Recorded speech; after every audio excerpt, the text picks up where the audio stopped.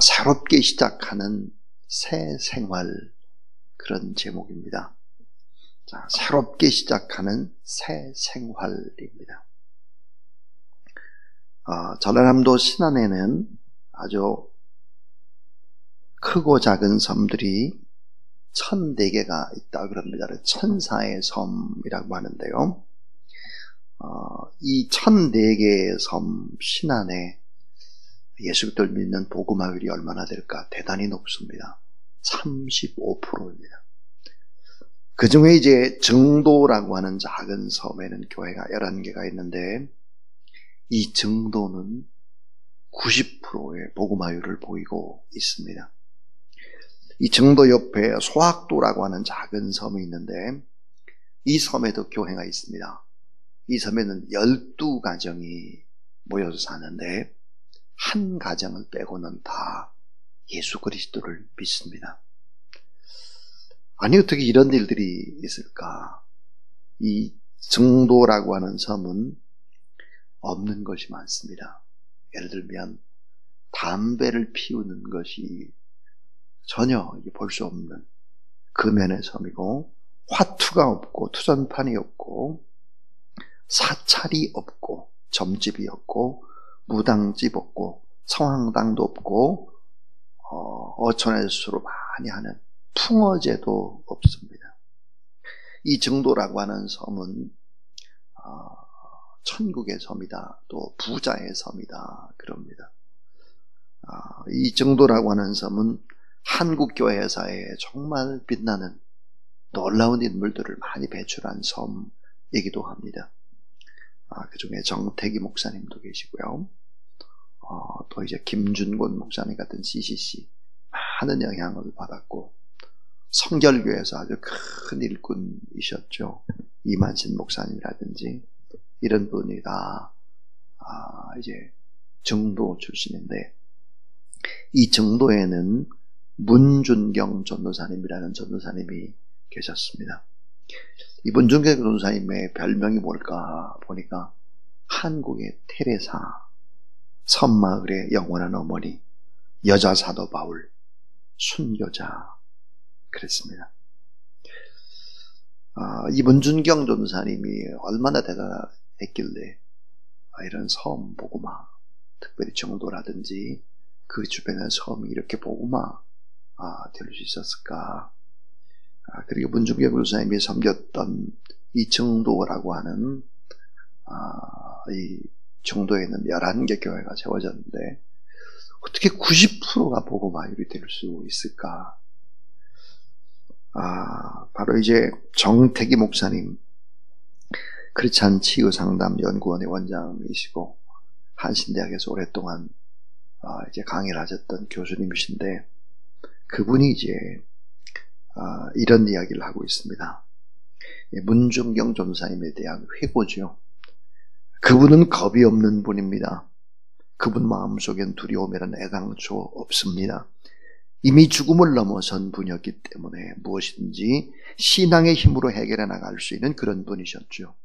그러니까 힘들고 어렵다 이런 게 있을 수가 없는 분이었죠. 불덩이라고 보면 될까요? 사랑의 불덩어리였습니다.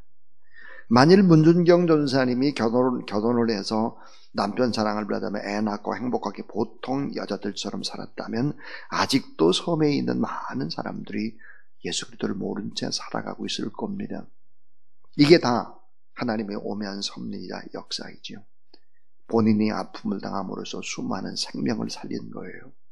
스데반이 죽고 나서 바울이 예수 그리스도를 만났고, 바울을 통해서 기독교가 세계에 전파되었죠. 문준경 전사님 영향으로 수많은 사람들이 예수 그리스도를 믿고 가정이 변하고 꿈이 달라지고, 그래서 신앙혁명, 생활혁명, 인간혁명을 일으킨 분이에요. 이런 의미에서 문준경 전도사님은 혁명가입니다. 이런 얘기를 하고 있습니다.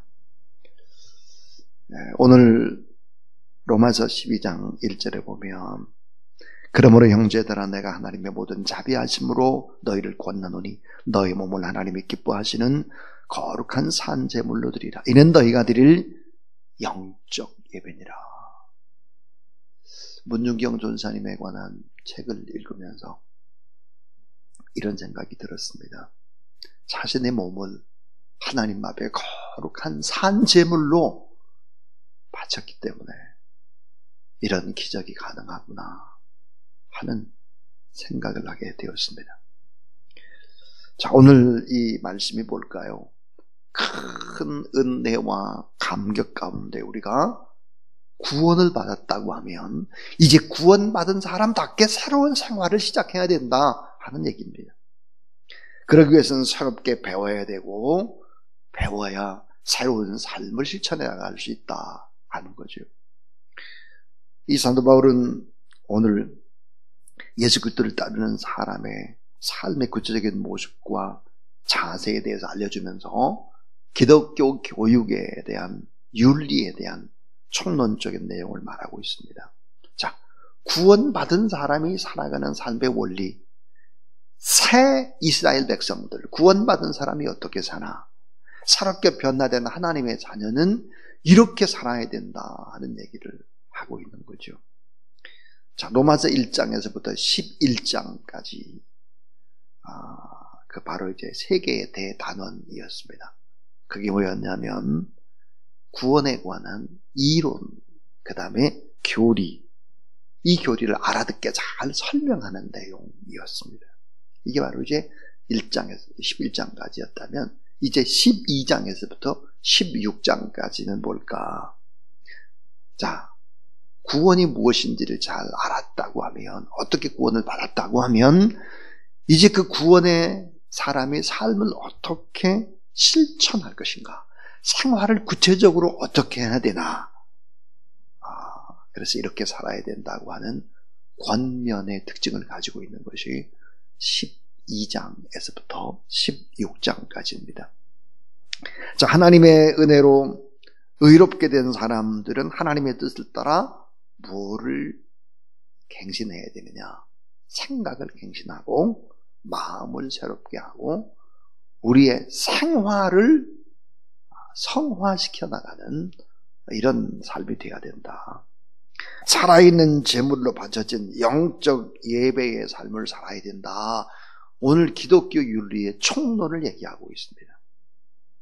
의롭게 된 사람은 교회 공동체 안에서 형제 자매의 정신으로 가족처럼 사랑해야 된다. 혼자 내 마음속에 예수 그리스도가 있으면 됐지라고 하는 명상하고 혼자 잘 살아서는 안 되고 공동체 속에서 살아야 된다 하는 얘기고요.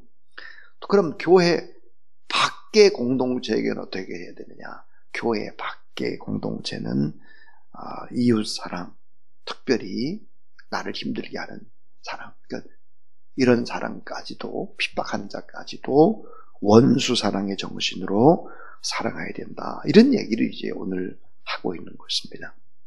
자, 새롭게 시작하는 새 생활, 그 첫 번째 이야기입니다. 첫 번째는 이렇게 살아야 된다는 거예요. 거룩한 산 제물로 내 자신을 드리라 하는 것입니다. 자, 거룩한 산 제물로 내 자신을 드리라 하는 거예요. 정도의 문준경 전사님이 자신의 삶을 통째로 다 하나님 앞에 바쳤듯이 그렇게 살아야 된다. 하나님께서 기뻐 받으시는 예배는 우리의 몸을 제물로 드리는 거룩한 산제사다. 오늘 본문에 자, 거룩한 산제물 그랬습니다. 자, 여러분, 산제물과 산제사라고 하는 것은 죽은 제사와 죽은 제물과 대조를 보이는 거죠, 이게. 자, 구약시대 하나님과 인간의 화목을 위해서 대속적인 죽음을 짐승에게 전가시켜서 희생의 제사를 드렸습니다. 피 흘림의 제사였죠. 그런데 예수 그리스도께서 인류의 대표자로서 모든 죄를 지시고 단번에 속죄물로 대속적인 죽음을 십자가상에서 지셨습니다. 이제는 이 예수 그리스도를 믿게 하면 구원을 받는 거죠. 이제는 예수 그리스도를 믿는 자의 삶이 주님의 은혜에 감사하고 찬양하고 또 삶을 통해서 구원의 여정, 구원의 긴 그런 순례길을 성화로 이르라고 하는 것인데, 산제사라고 하는 것은 나의 생을, 내 자신을 드리는 것이다.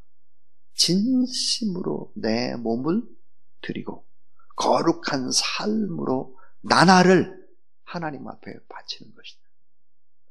그러니까 내 안에는 주님이 계시죠. 그래서 오늘도 내가 열심히 살아야지, 그 말 틀린 말이에요. 내가 오늘도 열심히 살아야지, 그 말 틀린 말이고, 내 안에 계신 예수 그리스도를 위해서 예수님의 삶을 내가 대신 살아드려야지. 이게 산제물과 산제사죠. 거룩한 삶으로 나날을 바치는 것입니다. 그래서 사도 바울은 이렇게 고백하죠. 자, 살든지 먹든지 마시든지 무엇을 하든지 죽든지 다 하나님의 영광을 위해서 하라 그랬습니다. 그래서 삶 전체 속에 드려지는 예배, 자, 삶 전체 속에 드려지는 예배, 산제사를 드린다라고 한다면 이곳에 숨겨져 있는 것이 있습니다. 그게 뭘까요? 우리가 산제물로 산제사를 드리는 사람이라고 하는 것은 우리 모두 다 하나님 앞에서 제사장이라는 의미입니다. 자, 여러분, 우리가 하나님 앞에 다 제사장이에요. 하나님 앞에 제사장이라면 이 제사장이 해야 될 일들의 핵심이 두 가지가 있죠. 두 가지. 하나가 뭘까요? 헌신입니다. 헌신. 내 삶을 바치고 내 몸을 바치고 내 모든 것을 바칩니다. 내 자녀도 내 것이 아니고 내 건강도 내 것이 아니고 내 물질도 내 것이 아니고 다 내 것이 아니에요. 주님의 것이죠. 이 제사장의 삶이 뭐죠? 중보자적인 삶입니다. 중보자. 중보자. 하나님과 사람 사이에 중보자의 역할을 하는 거예요. 중보 기도하고 나누고 베풀고 사랑하는 이 중보자적인 삶들을 바로 제사장들이 사는 것이죠. 그래서 거룩한 산제물로 자신을 드리라 하는 거예요. 슈퍼마켓에 들어가려고 줄을 섰는데 바로 앞에 있던 여자가 방구를 꼈습니다. 이 뒤에 있던 남자가 기분이 너무 상했어요. 근데 뭐라고 말은 참 못하겠고 꿍꿍거리고 있는데 이 여자가 돌아서더니 야단을 막 치는 거예요. 뒤에 있는 남자한테 야단을. 만약 당신이 내 소리를 들었다면 사회적 거리를 지키지 않았기 때문이고, 만약에 내 냄새를 맡았다면 마스크가 불량이니까 회개하시오. 이렇게.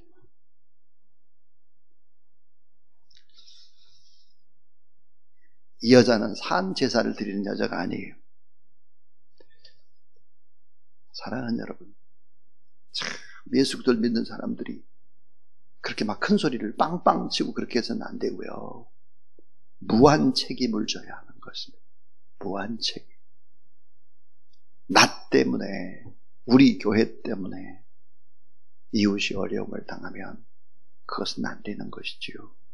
산제물의 삶이라고 하는 것은 나 위주, 교회 위주의 삶이 아닌 거죠.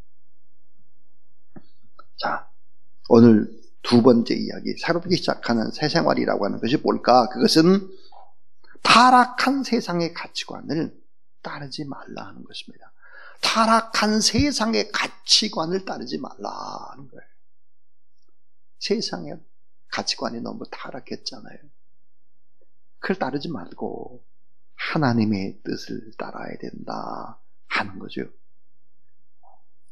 자, 새로운 변화, 새 삶의 가치관이 바뀌어져야 한다. 겉모습의 변화가 아니에요. 나의 내면의 변화, 나의 내면의 변화에서부터 밖을 향하는 완전한 변화가 우리 안에 이루어져야 한다 하는 것입니다. 저는 설교를 이렇게 준비하고 설교를 할 때 늘 세 가지를 염두에 둡니다. 그 세 가지. 그 하나가 뭐냐 그러면 마음을 새롭게 합니다. 마음. 이 마음을 새롭게 하려면 사실은 뭘 새롭게 해야 되나? 생각을 새롭게 합니다. 생각을 새롭게, 마음을 새롭게, 그 다음에 삶을 새롭게입니다. 오늘 이 새벽에도 여러분이 와서 이 설교를 들으면서 제가 지금 염두에 두고 있는 것이 오늘 예배드린 여러분이 어떻게 생각을 새롭게 할 수 있을까? 어떻게 마음을 새롭게 할 수 있을까? 어떻게 삶을 새롭게 할 수 있을까? 이것이 오늘 설교의 핵심의 포인트입니다. 자, 타락한 세상의 가치관을 따르지 말고 하나님의 뜻을 따라야 된다. 그래서 오늘 본문에 보니까 따라하세요. 이 세대를 본받지 말라. 이 세대를 본받지 말라 그랬습니다. 이 세대가 어떤 시대인데 하나님이 없는 인본주의입니다. 세속적인 문화입니다. 타락한 물질주의입니다. 이런 세대를 따르지 말라는 거예요. 이 세대를 본받지 말아라 하는 거예요. 이 세대는 정말 무서운 세대입니다. 어린아이들의 손에 모두 다 핸드폰이 들려져 있습니다. 책이 아니라 핸드폰 속에서 많은 나쁜 것들을 보기 시작을 하죠. 하나 나쁜 것을 보게 되면 꼬리를 물어서 계속해서 나쁜 것을 보는 것입니다. 참 여러분 생각해야 될 것이 어떻게 이들이 생각을 새롭게 하고 마음을 새롭게 하고 삶을 새롭게 할까? 이 세대를 본받지 않도록 할까 하는 거예요. 참 이게 과제 중에 과제, 고민 중에 고민인 것이죠. 핸드폰을 들여다보고 있으면 창의적인 사고가 나올 수가 없습니다. 깊이 책을 보고 자연을 보고 생각을 해야 하는 것이죠. 오늘 말씀해 보니까 이 세대를 본받지 말고 마음을 늘 새롭게 하라 그랬어요. 마음이 얼마나 중요합니까? 마음이 뭐죠? 우리의 몸이 걸어다니는 성전이라면, 걸어다니는 교회라면 이 마음은 걸어다니는 성전의 지성소입니다. 지성소. 걸어다니는 성전의 지성소. 우리 생각을 하나님께로. 그 다음에 보니까 하나님의 뜻. 자, 하나님의 뜻. 하나님의 뜻대로 살아라. 그럼 하나님의 뜻대로 살려면 나의 뜻을 부인해야 하는 것이죠. 사실은 하나님의 뜻을 아는 이것이 최고의 지식이고 그 하나님의 뜻을 이루어드리는 것이 최고의 성공이다. 최고의 성공. 하나님의 뜻을 이루어드리는 것. 하나님의 뜻을 아는 것. 최고의 지식이다. 자, 하나님의 뜻이 담겨져 있는 것이 뭘까요? 그 하나님의 모든 뜻이 담겨져 있는 실체가 바로 예수 그리스도였습니다. 그러니까 우리가 예수 그리스도의 삶을 본받고 거룩한 산 제물로 우리 자신을 하나님 앞에 바치고 나를 바치고 타락한 세상의 가치관을 따르지 말고 하나님의 뜻을 따라가야 된다. 이거예요. 근데 신앙에는 이 두 가지만 가지고는 절대로 부족합니다. 그래서 마지막 세 번째가 꼭 필요하죠. 이 세 번째는 무엇일까요? 이것입니다. 자, 하나님께 주신 은사를 따라서, 자, 하나님께 주신 은사를 따라서 사역하고 섬기는 거예요. 하나님께 주신 은사를 따라서 사역하고 섬기는 것입니다. 자, 내 마음속에 하나님이 계시면 됐지. 뭐 꼭 교회를 나가야 되나. 내가 하나님 의지하고 살면 됐지. 뭘 그렇게 예수 그리스도를 믿는 걸 표를 내야 되나. 이게 무서운 함정이 여기에 있습니다. 내가 혼자 명상하고 묵상하는 이 혼자라고 하는 것은, 나 자신이라고 하는 것은 무너져 내리는 것이 단 한순간입니다. 마귀가 그렇게 속삭입니다. 내 스스로 단독자로 설 수 있다. 천만의 만만의 말씀입니다. 나는 여러분, 내게 자유를 줬을 때 나 스스로를 통제할 수 있는 능력이 내 안에 없다는 것을 알아야 합니다. 사실은 내게서 나올 것이 별로 없어요. 내게서. 그래서 늘 하나님의 말씀을 듣고 십자가 앞에서 새롭게 시작하고 그렇게 해야 내게 나올 것이 있고, 그리고 또 하나 아주 중요한 것이 옆에 사람, 주변의 사람을 통해서 내 모습을 보고 나의 잘못을 보고 나의 장점을 보고 다른 사람을 존중하고 서로 부딪히고 이렇게 하면서 어때요? 바뀌어져 가는 것입니다. 이게 원리예요, 원리.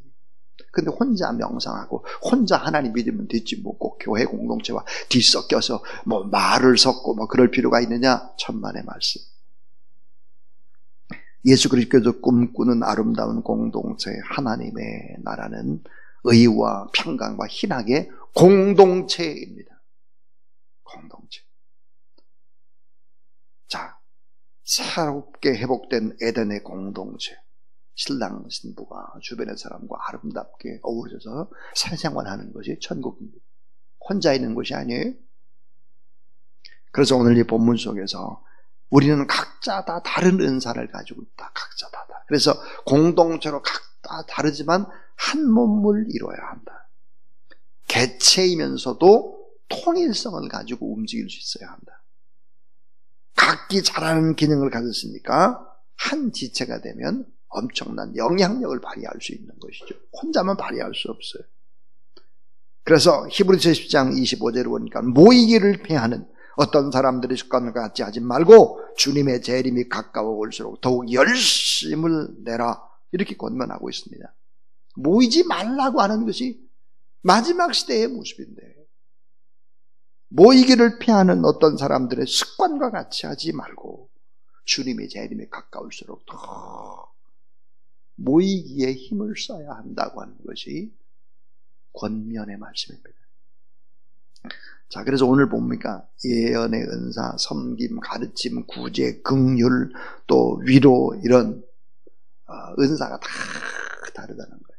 이 은사를 가지고 서로 사랑을 하고 서로 나누고 사역을 하고 배우고 이해하고 이렇게 되면 포용력이 커져서 인격적으로 다 이제 하나가 되는 이런 모습들을 나눌 때 사람이 점점점 바꿔간다 하는 것이죠. 그래서 여러분 참 미안한 얘기죠.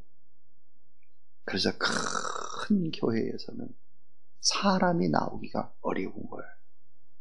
왜 여러분 증도라는 작은 섬에서 그렇게 한국을 뒤흔드는 세계를 뒤흔드는 인물들이 나왔겠어요.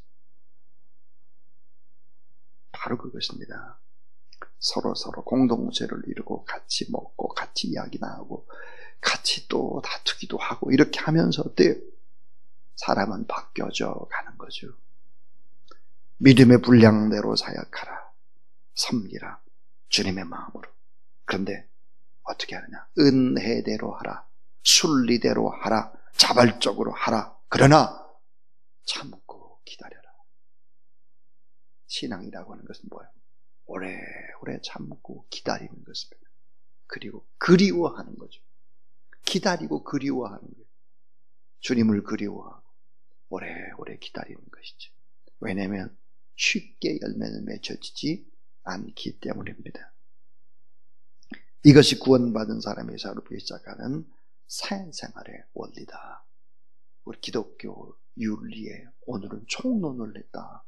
이렇게 생각을 하고 그 총론의 세부적인 사안은 내일 새벽부터 이어집니다. 기도하겠습니다. 하나님 아버지 감사합니다. 구원받은 우리가 오늘도 하나님의 은혜 안에서 날마다 생각을 새롭게 하고 마음을 새롭게 하고 삶을 새롭게 할 수 있도록 도와주시옵소서. 그러기 위해서 내 삶을 다 산제물로 하나님 앞에 바치는 제사장의 삶을 살아가도록 하나님 도와주시옵소서. 이 세대를 본받지 않게 하여 주시옵소서. 서로 다른 다 은사를 가지고 있으니 존중하며 함께 또 사역하는, 그래서 늘 하나님의 마음을 닮아가는 자 되게 하여 주시옵소서. 주여 주님처럼 새벽을 깨우는 자 되게 해주시고 기도에 성공하여 모든 것에 성공하게 하여 주시옵소서. 주여 기도에 헌신된 용사 제사장 되게 하여 주시옵소서. 다니엘처럼 담대히 기도하게 하시고 그래서 나라와 민족을 위해서 우리가 하나님 앞에 기도하고 한국교회와 주사랑교회 회복을 위해서 기도하고 또 복음적인 남북의 통일과 세계의 선교가 잘 진행될 수 있도록 우리가 하나님 앞에 기도하고 또 폭우 속에 또 무더위 속에서 고통받고 있는 많은 사람들과 코로나 바이러스와 사투를 벌이고 있는 의료기관과 모든 사람들 위해 하나님이 함께 하시고 또 자가 방역에 힘쓰게 해주시고 교회도 모든 일에서 본이 되고 축복과 희망의 통로가 되도록 하나님 함께하여 주시옵소서. 우리의 예외 기뻐 받으시는 예수 그리스도 이름으로 기도를 드리면서 이제는 구주 예수 그리스도의 무한하신 은혜와 놀라우신 우리 하나님 아버지의 사랑과 성령의 능력과 권능의 거룩한 기름 부으심이 이 새벽에도 나와서 여전히 하나님 앞에 제사장으로 헌신하고 또 중보하고 많은 사람들을 끌어안고 하나님 앞에 나오는 귀한 종들 머리 위에 이제부터 영원토록 함께 하옵시기를 간절히 축원하옵나이다. 아멘.